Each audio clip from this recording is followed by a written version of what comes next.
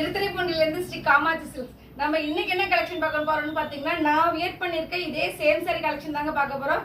ரொம்பவே சூப்பரா லைட் வெயிட்டா இருக்க சாரீஸ் கலெக்ஷன் தாங்க.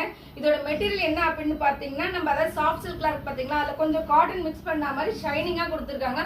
ரொம்பவே சூப்பரான சாரீஸ் கலெக்ஷனுங்க. இதோட பிரைஸ் பாத்தீங்கன்னா ஜஸ்ட் 680 மட்டும் தாங்க. 680 ரூபாய்க்கு இந்த சாரீஸோட ஒர்த்து ரொம்பவே சூப்பரா இருக்கு.